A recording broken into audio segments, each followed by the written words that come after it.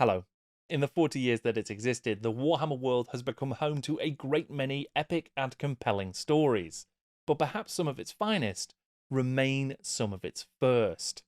My guest today is one of the earliest authors to tackle fiction writing in the Warhammer world, writing short stories and novels under the pseudonym Jack Yeovil. His interweaving narratives about characters like Genevieve the Vampire and Vukotic the Mercenary would draw on pop culture inspiration to fuse it with the Warhammer world's fantasy roots and create something that we'd never seen before, and really have never seen since.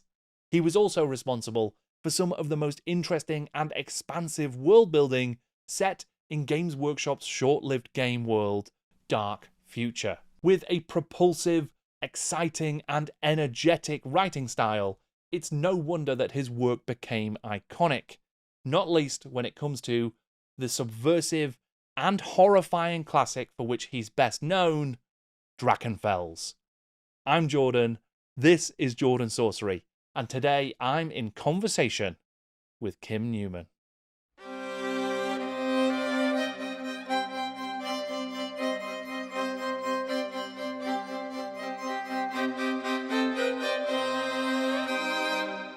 Kim, thank you for joining me and agreeing to talk about your time at GW Books, working as Jack Yeovil.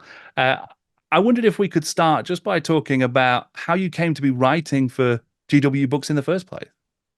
Well, it all starts with David Fringle, who you probably know was the editor of the first line of GW Books.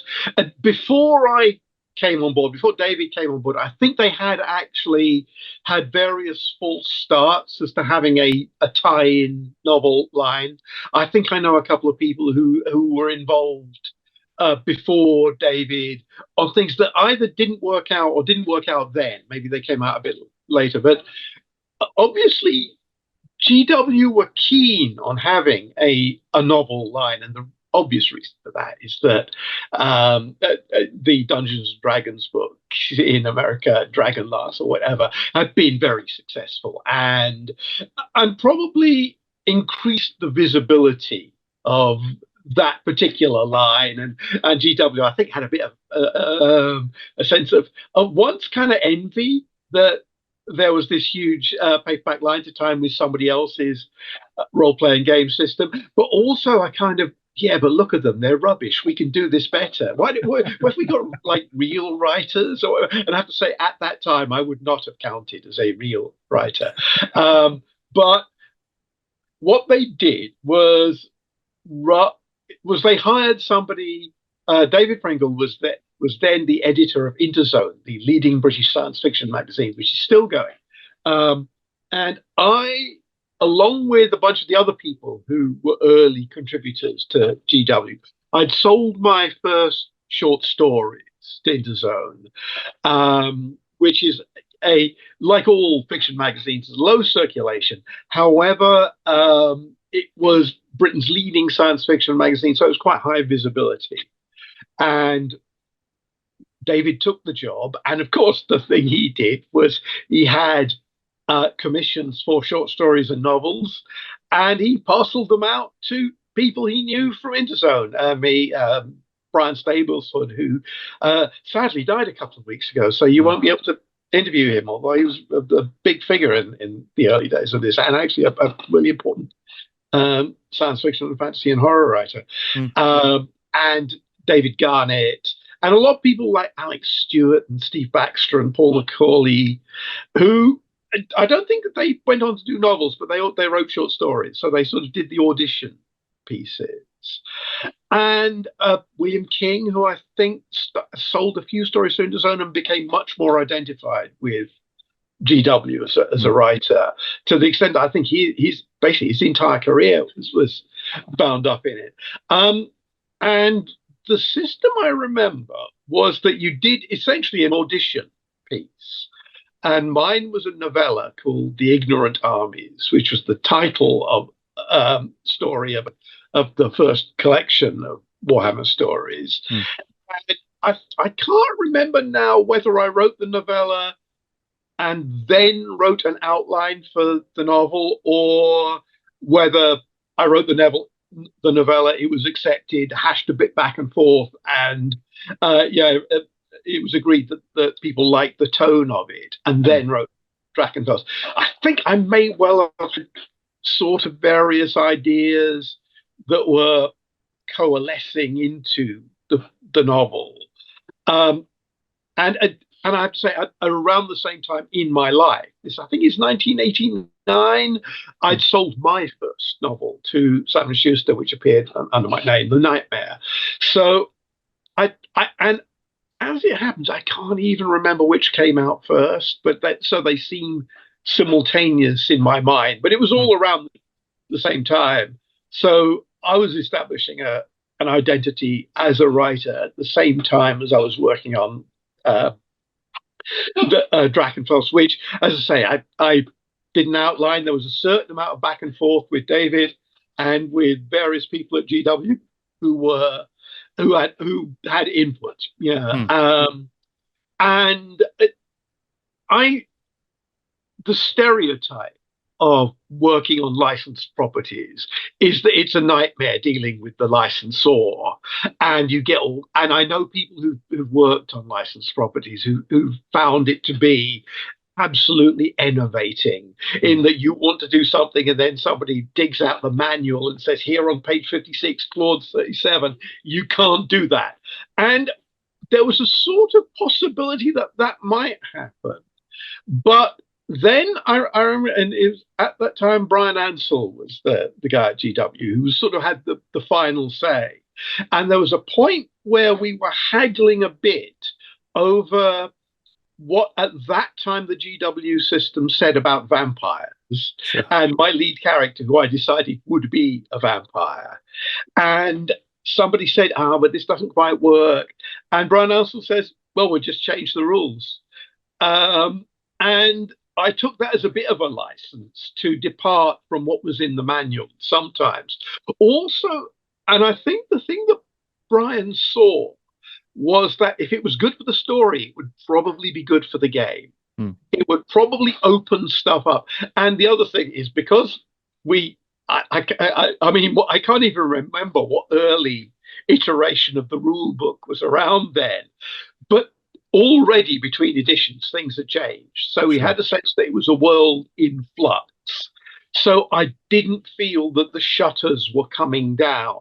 I think since I left, there have been various periods where that has happened to other writers, and then the shutters have come up again or whatever. But that's just how this area of writing has always worked. I don't think it's substantially different from, say, writing for Marvel Comics, or in various, or even back in the day, writing for the Sexton Blake Library, or various other forms of sort of serialized fiction where you don't own the property.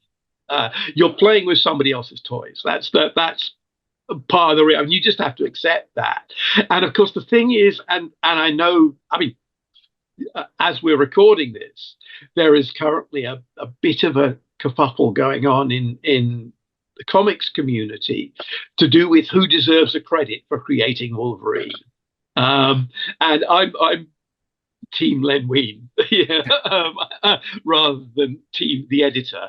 But it's like that. There is a sort of sense that sometimes you take something that you don't own and you clean it up and you make it a bit better, but you then don't have any additional ownership of it. You just have pride in a job well done, and you hope that the people who get to play with the toys next can take advantage of that. Yeah, sure. Yeah, and I imagine it's quite tough. Well, did you get to meet Brian Ansell and spend a lot of time talking with him, or was it just I went up to Nottingham because you had to go up to Nottingham to meet people, and I met Brian, and I can't remember his second name, but Phil, who was kind of like the second guy, and he was a bit more by the book role-playing game. So, but actually, Brian then left, and Phil took over, and I found Phil really easy to deal with, again, because he had a sense of what the advantages of having good books were, outweighed any possible contradictions with whatever they established in the systems. I don't know if this is the experience everybody who worked on the line had. I think I got a certain amount of leeway privilege by being first. Right. That maybe some of the people who came after me didn't quite have, or indeed, I think some of the people who'd been on the abortive earlier attempts had foundered on that. So lessons had been learned. Also, I mean, David Pringle was a very good editor and very committed to turning out good work. They were based, GW Books, the publishing arm, was based in Brighton at that time where David lived. And obviously, because David had been my editor on a bunch of things at Interzone, I already had a relationship with him that seemed harmonious. I think they were impressed by how quickly I could do stuff. Back then, I had a bit of a fetish about being a fast writer. I grew up reading stories about Michael Moorcock typing books over a weekend and all that sort of stuff, and sort of I kind of admired that old pulp style. Also, I thought that for this kind of book, that sort of pace would help. It's the only thing I've ever worked on where the word length had been pre-decided. The books had to be 70,000 words. That was absolutely a part of the brief. And I can't remember. I think back then the very primitive word processing software I was using didn't give you word counts, so you had to judge it by the pages. And I worked out that for a 70,000 word novel, if I wrote 7,000 words a day for 5 days, took a weekend off, did another 7,000 words a day for the next week, then took a week off, and then came back and spent a week revising, then a novel would be written inside a month. Right. And that's how I did all the GW books. That's how come there are a bunch of them written in a relatively short period. I do not think I could do that again. There were and when I came to reread all the books in a row years later, I noticed that there were a lot of repeated phrases and the sort of stuff that if I'd had more time and been able to consider more, I wouldn't have done. But I don't think it hurts the books. I think what the book gained is a kind of rapidity and speed. And there's also a sort of an inventiveness to them, that lots of stuff happens. And I was conscious that in this genre, by that time, partly due to the influence of role-playing games on heroic fantasy, it had become rather a predictable form. And that just made me think, what else can you do? What there were no rules. What are you not allowed to do in this? And so I thought, well, we can do a Warhammer Fantasy book that's a murder mystery, or the second one is a serial killer novel. They don't just have to be a bunch of people on a quest and a Dark Lord, although that's the first chapter of Drachenfels. It's designed to be exactly that. And I kept trying to, there were various other things. I just thought of what don't you get in these books that might be interesting to try. It always strikes me, even to this day, in kind of epic scale space opera or fantasy, that people in these worlds don't seem to have any entertainment. It's like in Star Wars, no one goes to the movies. I mean, there's that one jazz band you saw in the first film, nothing else. These people never read books. And so I thought the first book I'd do would be all about the theatre, because that's a very old form of entertainment. It certainly existed throughout the Middle Ages and into the Renaissance. Yeah, it was, and there are all kinds of interesting political and social things about the theatre and the worth of the theatre, and of course it's a thing I'm really interested in, and I like backstage musicals as well as murder mysteries. I thought that would be fun, but it had not been something that had been much done in this kind of book before. I think John M. Ford did a backstage fantasy a bit later. Um, so I thought that was kind of a fun thing to open up, and then that just led me to think a bit more of other things that we hadn't seen in heroic fantasy. It struck me there are so many. Well, all the way back to Tolkien, the idea, or even further back to George MacDonald, the idea that dwarves were a separate race, and that just made me think, what about dwarves? We have dwarves, right? We know that they exist. How would they feel in a world where there were, where dwarves were thought of as a separate race from humanity? And so I had a character like that, and other kinds of things that I thought, and because I was reasonably well read, I was reviewing a lot of fantasy at the time for a magazine called City Limits. I was probably better up on the genre then than I am at the moment. I mean, it's not, I haven't really kept up with the way things are gone. But as I say, I saw all the things that hadn't been done and thought, let's give them a try. There are probably lots of things that wouldn't work. But. That's terrific. I mean, was there like because obviously you had a load of authors coming from that Interzone stable and a load of up and coming authors around the same time as yourself. So was it a little community? Were you talking about the stories you were writing? Friends, I mean, they're almost all people I knew. I mean, we all got together and complained. Yeah, that's another thing. There were things about the experience that weren't all positive, although I think mine were more positive than most. But we all grumbled about stuff. And I think we went to like 1 or 2 games days as well and did panels and things like that, although that wasn't something we did a lot of. And certainly I think we read each other's books. I think probably it would have been nicer to. I tried to use some elements from Brian's books and David's books as well to suggest they were going on at the same time. But I think that as a project became harder and harder to do as more and more stuff got added, because you just couldn't keep up with it. But certainly I remember putting in characters from other people's books just to suggest that this was a world. Yeah, there's a lovely bit of sort of continuity and cohesiveness across your stories as well, where characters reappear and they cameo and all that sort of stuff across different stories. Tried that again. They probably don't quite fit together in again. Had I had more time, or because of course this was all made up as we went along, so there was no great plan. And the one time we had a great plan, we didn't finish it. So Sure.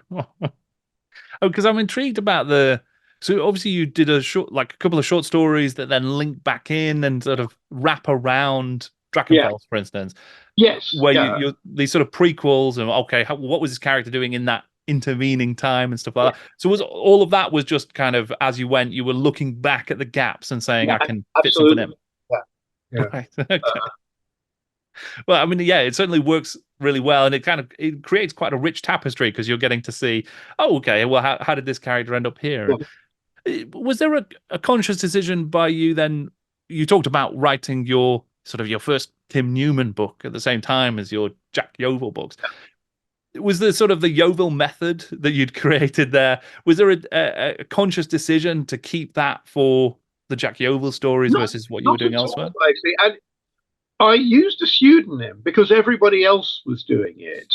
Then Ian Watson used his own name on the books, and it didn't seem to make a blind bit of difference. If I was doing it again, I would have put my own name on it. I worried slightly that putting a pseudonym on it suggested I wasn't taking it seriously, or even though I was a bit ashamed of it, which I certainly wasn't, and I never made any attempt to conceal who I was. But it's just everybody else in the line had done that, so I did it too. That probably would, yeah. And the books have now been republished with my name on it. I suggested that a while back. To yeah, because I think people who read my books would enjoy these books as well. So yeah, because after all, are mine. Yeah. What was the origin of the Jack Yeovil name? It was originally John Yeovil, which is the name of a character in my first published short story. But somebody else was called, who I think ended up not writing for the books, but there was a writer called John Grant, and that's a pseudonym, and I can't remember his real name. But I think he was lined up to do a novel, and so there'd be two Johns in the line, so it became Jack. I think John Grant never actually did do a novel. I could be wrong. I grew up near Yeovil in Somerset, which is probably why. But I remember I took the name from a novel by Alfred Bester, and I think I read somewhere that he had got all his character names from a map of the West Country. So that's where it goes together. People are called Yeovil. Well, it's also the name of a small town. Right. That's great. And was there also, so there was a similar kind of story in terms of inspiration for Drachenfels and Genevieve and Oswald as well, those characters? Were they drawn from other stuff, or? Yeah, I mean, they were, I mean, the obvious one is Detlef, the lead character, is based on Orson Welles. I mean, he's even drawn like that on the cover. Again, somebody I'm really interested in. And there's another character who's kind of like a Clint Eastwood bounty hunter sort of type, which I then expanded and did a Dirty Harry character later. And one or two characters are like that. They're just taken from, other popular culture or real life and transported into a kind of Warhammer world. Probably in the writing, they become individuals. They become much closer to me. I looked at a lot of the Ignorant Armies, the first story, is on the one hand, it's a lot of John Ford's The Searchers, which is based on a novel by Alan LeMay. And a lot of it is like Akira Kurosawa, samurai type movies. I looked at a lot of things like that, or spaghetti westerns, all these genres which were adjacent to heroic fantasy but weren't quite there. So that's and some of the other characters are from whole cloth. They're just people I made up. Sure. I mean, Drachenfels is a fantastic villain, even though he doesn't really feature in the novel all that much. You managed to create. Yeah. What do you know about Sauron? Sure. Okay. Yeah. You actually don't get much of him either. And he was created to be a generic big bad. Yeah, a kind of arch villain type character. And I think at that time the Warhammer world didn't have one. Yeah, didn't have a Sauron, and basically needed him. So I thought, well, I'll do that. Yeah, I don't know that they ever really took advantage of it. I suppose the fact that I killed him in his first appearance, really. But hey, he could come back. Bad guys do. They did without even telling me, they did a game book, Castle of Drachenfels. So they did use some of the stuff I'd made up. And I thought that was a handy addition. I thought that, and I suppose it's something that, the Warhammer world that as it was when I was looking into it was a bit light on characters. It had atmosphere and sort of maps, and it had one or two people, and I even used one or two people who they'd established in the the guidebooks, but it didn't have the big sort of characters it needed. And I think that was part of my project. And I think David Ferring also Dave Garnett felt that was needed. So he tended to create heroes, and I tended to create bad guys. I think that's. Were you ever tempted to bring Drachenfels back yourself and have him do a little sequel? No, I did. I can't remember if I'd even planned that, which isn't to say that I wouldn't have done had I gone on. There were a couple of things that were planned that never happened. And one of those might have broken. But the thing is, because Drachenfels kills him, then brings him back and kills him again, it would be very hard to do that again without it feeling, like one of those very brief resurrections of Dracula you got in Hammer films, where he was reconstituted and then turned back to dust within a couple of hours of narrative time. And I think that lessens the great terrible nature of him. Sure, yeah. I mean, I think the real sort of breakout character, of course, from the book is actually Genevieve, the vampire, who you do return to and do explore further. But I mean, where did Genevieve come from as a character? I can't even remember. I know she's a vampire. Because I mean, I like vampires. I'm interested. I've written vampire novels, all this kind of stuff. But she had to be, and it's for plot reasons, she had to be somebody who looked exactly the same, whatever it is, 25 years after the prologue. So she had to be long lived. I remember somebody at the meeting suggested she might be an elf. And in fact, I put that joke in the book after that, but I prefer vampires to elves. I find them, more interesting to write.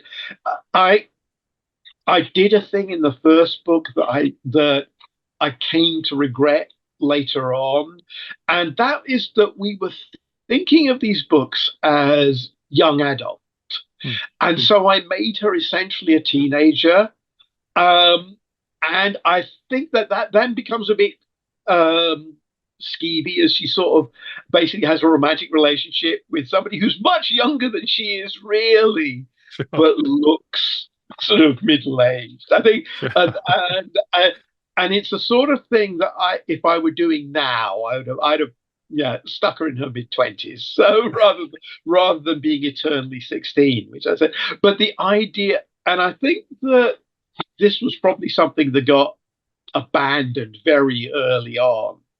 I think the hero of David Garnett's series was originally, when you meet him, he's a teenager. And it's a sort of feeling that, I say, these were books aimed at a teenage audience, so they should have relatable youngish protagonists. I don't know that became something that they stuck with very long, but that was part of Genevieve at the beginning. I wanted somebody who was a bit outside the general run of humanity, who could be, who could comment and get look disapprovingly at the silliness of it all. But I mean, she's fun to write. Sure. I mean, you mentioned there a couple of sort of projects that didn't quite come together in the end. So for the Warhammer Fantasy stories, you've mentioned elsewhere as well that you were looking at like a Dirty Dozen kind of story. Yeah, I've no idea if I've got outlines for these things lying around. I think probably not. I think they're on outmoded, unreadable discs, if anything. But my pitches were one that was going to be, as in one of the stories, Warhawk, there's a thing about this Dirty Dozen, Magnificent Seven sort of band of mercenaries. And I thought of doing a whole book about them. And that was the idea of writing a fantasy novel that was a caper novel. And I was thinking very much of those Alistair MacLean books that became big films like The Guns of Navarone and Where Eagles Dare. A or even I don't know, the Italian Job, or something like that. A bunch of people have to come together to, and I can't even remember whether they were rescuing somebody from a castle or stealing something, but it was going to be just a book like that. And I I assume by now dozens of fantasy novels have done that. I mean, because there are so many out there. But it seemed to me, yeah, a kind of fun idea. Then there was a thing which was called Scarlet Empress, which is another vampire novel. It was going to be about. It was a version of the Through the Great story. There's a terrific Marlene Dietrich movie about her, but it was the idea of a vampire empress of the Warhammer version of Russia, and it was going to take place over 200 years. But also, I just like the atmosphere of those Eisenstein type films. It was going to have lots of ice castles and also I thought of doing something that was going to be, I suppose, a bit like. You have to remember this was the 80s, the very early 90s. So something like Dynasty, rich, stylish, horrible people having affairs with each other and betraying each other. And now I come to say it's Game of Thrones. It didn't start till a while after. But that's what that book would have been. And there was a further thing which would have been called The Invisible Empire, which if I don't Dashiell Hammett said he wanted to write a book called The Invisible Empire, which is about organized crime, and he never got around to it. And I thought that it would be a way of tying up various plot threads that might have brought back Drachenfels and some of the other baddies who'd been in the other books. And that was going to be a slightly more serious book. But also there was a lot less of it. I don't think I had more than a paragraph of what that was going to be. But those were the things that didn't get written. And I think everybody who worked on the line had a whole bunch of things. And I believe two of them I was actually paid for as well. Right.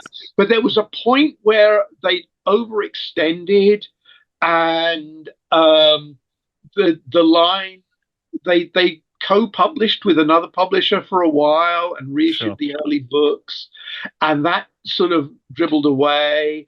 And then they started Black Library or whatever and brought back, but they never went back. And actually, they never said that we paid you. You now have to write them, which at some position they might have been able to get away with. Although I think they did sign a piece of paper letting me off the hook because they basically didn't want to publish anything for a while. Right. Yeah, because I mean, just on that Invisible Empire one, I was curious about the origin of the term as well, because it first features in a story that has like a moral crusade, and obviously there's a religious connotations, and then there's sort of a sort of broader real world political connotations to it as well. And I was curious if that factored into your sort of writing on that. I mean, that's quite a lot of what I write about, and I think that was going to be a big thing. It might have been a bit of a wrestle to accommodate that within what was going on in the Warhammer world at the time, which was always a concern.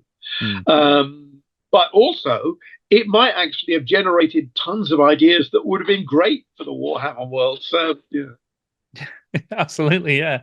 I mean, there is mention in that story in Red Thirst of a Warhammer Godzilla as well. Yes, which I threw out tons of stuff like that. But I thought, again, that's because quite a lot of the writing in the field had been very spare, and it did have there was a whole map of the world. So yeah, you wanted that. And I remember various other bits and pieces that I thought would be fun to do, but probably off mainstream. I know that some of the other writers either pitched or wrote stories which were set in the Warhammer versions of like Darkest Africa or Far East or whatever, in order to get away from the overcrowded bits, on the assumption that there will be fewer restrictions. But also maybe they would be very hard to brand within the overall series.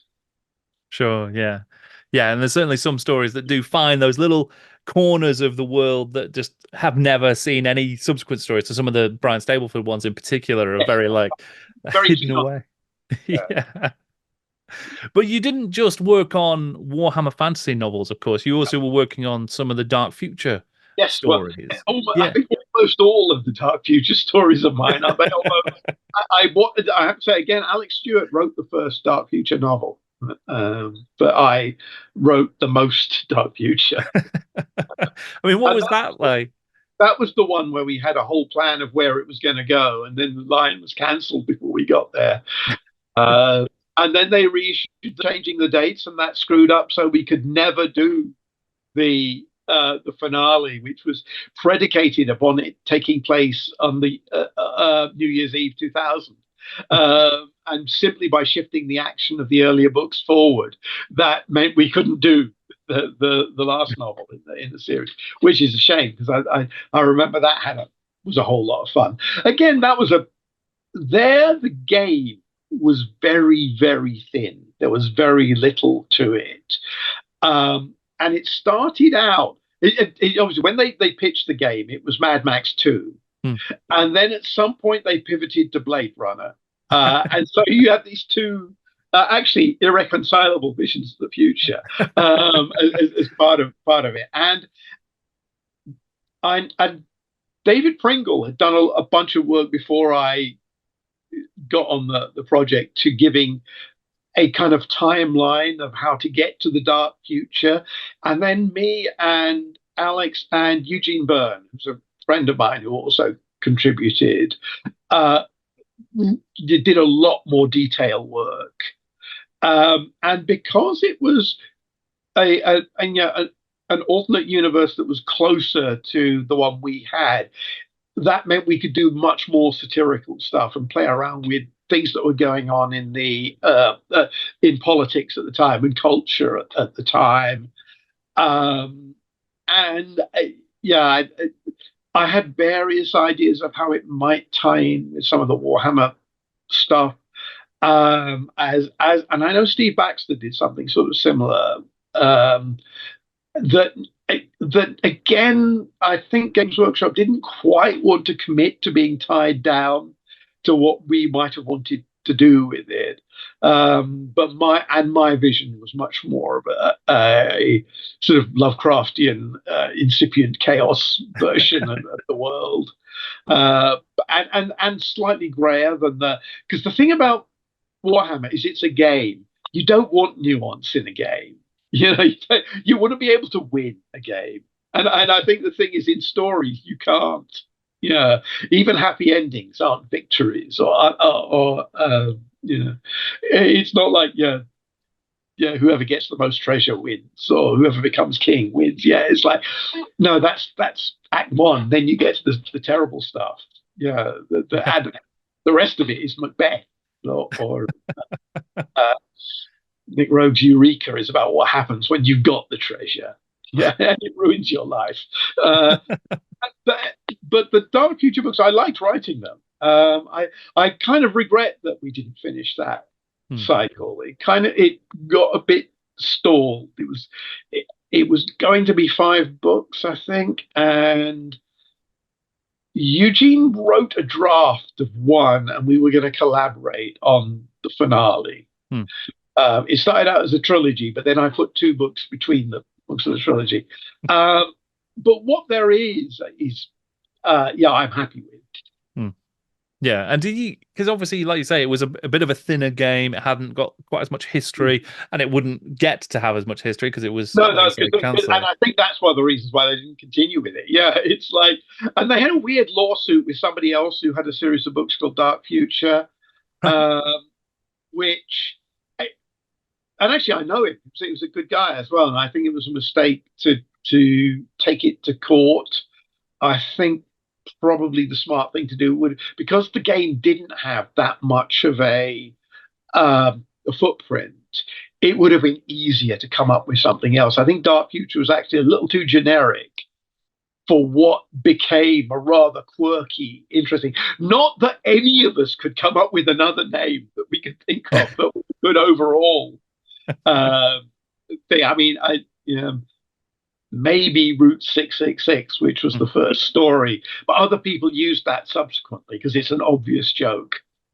But I mean, the almost the writer's room for Dark Future, was it a little bit more opportunity to influence the Yes, there game was. itself as Yeah. well? And I think the game wasn't even really being produced. And what it was, the game was this. It They kind of had a kind of racing car game, and they wanted to develop it as a role playing game, and they never really got it together. I think probably now, as with so many of these things, it would have actually worked much better if it had come along in an era of online, multiplayer games. It would have worked much better. But I think that's also true of Warhammer. Yeah. Yeah, I mean, it's definitely, it almost never seemed like it quite took off, I suppose. It never got. And it may also be simply that the the craze initiated by Tolkien in the 1960s lasted a lot longer than the craze initiated by Mad Max 2, which, okay, it's a great movie, and there have been sequels, but it didn't get its own little section of bookshops. It did, and there were other people wrote Mad Max 2 type novels. I remember there was and other people even wrote series of car chase in the dystopian future type books. So I mean, that's a fascinating point, yeah, about what genres take root and then sort of get explored and iterated on a yeah, lot. Yeah. and and fantasy, whatever we call it, is still there. Whereas I doubt if any bookshop has a Western section anymore, and yet they used to. Yeah, it's interesting how they just fall out of favor, I suppose, and in movies as well. Horror disappeared as a separate category in bookshops. It crept back, but that's its job. Was there a reason that you never ended up writing a 40K story for GW books? Yes. It was mooted. And here's the thing. At that time, GW were 40K within GW was their favored project. It was the thing they were keenest on. And so they were strictest about the guidelines. And I remember various of us fooled around with the idea of possibly writing something in the 40K, and we kept getting knockbacks from, no, you can't do this. Basically, the game was designed at that time not to have interesting characters, and that's death for science fiction.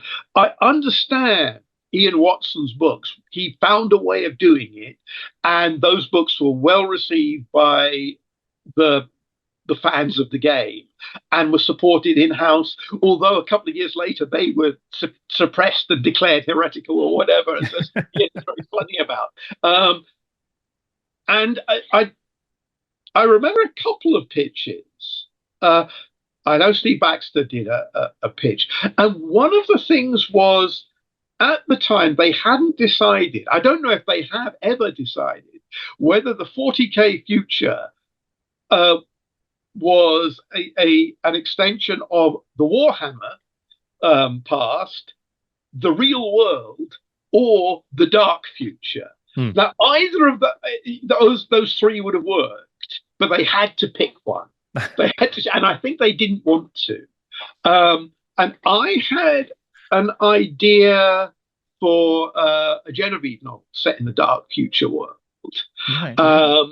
which, in its barest outline, kind of became the spine of my Kim Newman novel, Anno Dracula, although very, very badly. That was Genevieve and somebody solve a murder mystery with Jack the Ripper. That was kind of the thing.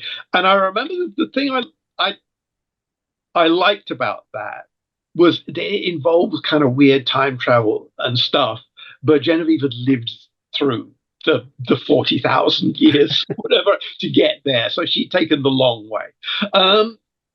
But at the time, it was just, it wasn't what fit into their vision of the game, and so they didn't go with it, which is also the good, because I mean, the few things in it I was able to use. I can't remember, and I used some of the stuff from Dark Future and when and it's too much to actually call these even outlines. They're pitches. That it was like literally a paragraph. Right. But I do remember there was a certain amount of frustration from people trying to knock me in the head. I don't know if they've ever really solved it. I know many other people have written these 40k type books, but I don't know if they've ever quite managed to reconcile the anti-dramatic nature of the game with the demands of involving fiction. Well, they certainly seem to, because they obviously found a more recent, rich vein of sort of historical drama set within that universe, looking at the 30,000th millennium, and that they've obviously lots of characters and stuff in there that have been very, very successful, I think. So there's definitely someone's managed to find something in there. I mean, I'm curious. Do you recall any more about the sort of what kind of areas you would have wanted to explore if you'd got the green light? Not really, no. No. And I think that was something that I was requested to think about. It wasn't something that fired me up with much enthusiasm at the time. I'm not a space opera type writer. I've never written one of those, so I'm not really that interested in the military either. Although I have written one or two stories with military settings, so it didn't come as easy as the Warhammer or the Dark Future settings, where I could play with my own types of characters, things that were more congenial to me. Sure, yeah. Oh, you mentioned Anno Dracula there as well, which obviously was your own series of stories, and it does have Genevieve in it. Actually, it doesn't. It has Genevieve. Right. There's an accent on her name to differentiate her. But they're the same person in different parallel universes. That's how I reconciled it. And there are various other iterations of her as well. It's all a very Michael Moorcock's fault. This thing, using your characters in different ones. And she is purely there because almost everybody else in the book is a borrowed character, and I needed a vampire woman, and the only other famous one at that time was Carmilla, and she wouldn't work for the plot, but Genevieve did, so I copped her back, as it were. And at that time, I think all the Games Workshop books were out of print and were not appearing, so I felt that for people who missed her, this was a chance to get some of her back. And she's a slightly different character in the Anno Dracula books. Sure, yeah, but it must be quite. I think one or two of my other characters appear in the Dark Future books for the first time and subsequently turn up in my own work, because quite a lot of things, I was working on lots of different projects at the same time, some of which took many years to get completed. So I think there are a couple of references to the lead character from The Bloody Red Baron is mentioned briefly in one of the Dark Future books, and a few other things like that. So there have been other crossovers. Does that feel like it's? I mean, is it almost the sort of Newman verse? Is that how you'd consider this connective tissue? I have to say, one of my editors calls it that. That's not how I thought. I am much taken with. I grew up obsessed with Michael Moorcock, so that's essentially where I'm coming from. Just going back and visiting various corners of or various different mutually irreconcilable visions of the world. I assume that what I have is a multiverse, which is like as Mike does. At this long before I may with Anno Dracula, I was probably, or I definitely was influenced by DC Comics imaginary stories. The idea that you could do alternate versions of established fictional characters that they didn't have, yeah, and Marvel did it as well. The Spider-Man joins the Fantastic Four like that in What If, and I thought, well, what if we changed the plot of Dracula, and that's where Anno Dracula comes from. But that's an idea that had been around. I'd had that on my docket well before I was a published writer. I think it was one of the first ideas I had, and it took a long time to actually get a plot that worked with it. So. Yeah. Well, I mean, do you think that love of Michael Moorcock, because famously Brian Ansell was also in love with Moorcock's work, and I think that influenced. That's one of the things that we related to. I think he understood. I think they'd asked Mike if he wanted to do one of these books, and I think he didn't. I certainly he was a huge figure, still is. I mean, he's still writing. He's was it a huge figure in the genre? I mean, and like a role model for a lot of us. Sure. Yeah. I mean, you've obviously you went back and sort of worked on a later story you mentioned there earlier. When they published, as it were, my collected Warhammer stories, they asked for a new piece, and my first instinct was to do a version of the Invisible Empire as a novella. And then I realized that no, what I wanted was resolution for the characters rather than a big epic story. So I wrote this thing, the Ibby the Fish Factor, which is actually rather a small, I hope, sweet story. It's got a mystery and action and stuff, but it's basically the characters from Drachenfels and how they get back together. Yeah. Did that feel quite conclusive then? That's you sort of. Yeah, I was satisfied that was a farewell for me. Sure. They have asked me back on it at various occasions, but it's never been at a time where where it was good for both of us. But I've got enough to be going on with. I'm not sure I could do the homework anymore. There's a lot more Warhammer to learn, and I think and I think after. Yeah, well, it's 35 years, isn't it? So that's 35 years of manuals and revisions and changing the world and stuff happening. Yeah. I mean, I guess my sort of final question would just be about, given that it was such an early experience for you, and sounds like quite an intensive one, at least in terms of, a lot of work produced in that relatively short time. Yeah. I mean, how does it? Do you think that informed your later career and your sort of later work in any way? It certainly didn't hurt that between my first and second novels, I'd written 5 books. I certainly learned a lot about, just how to write a novel. Yeah, there's a kind of learning on the job, and I don't even think that it's not so much a sense that there are crudenesses or failings I had to get past. It's just you get better by practice. I learned more about storytelling and revelation of character through story and kind of and I suppose how to put a story together, and learning to trust my own instincts in how things work out. Yeah. Well, I mean, it may well be 35 years ago and an early novel, but I think Drachenfels in particular still stands out as just a remarkable piece of work. I think it's a tremendous book. So, I mean, thank you for writing it. But also thank you, Kim, for joining me. I've really appreciated this, and it's been a terrific chat.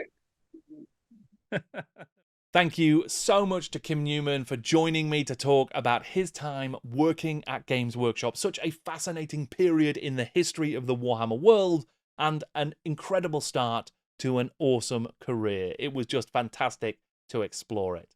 If you enjoy my work and want to support it, please feel free to check out my Patreon and to use my Element Games affiliate links when you buy your hobby supplies. You can find all of that information in the description below. Thank you once again to Kim. Thank you for watching. I'm Jordan, and this is Jordan Sorcery.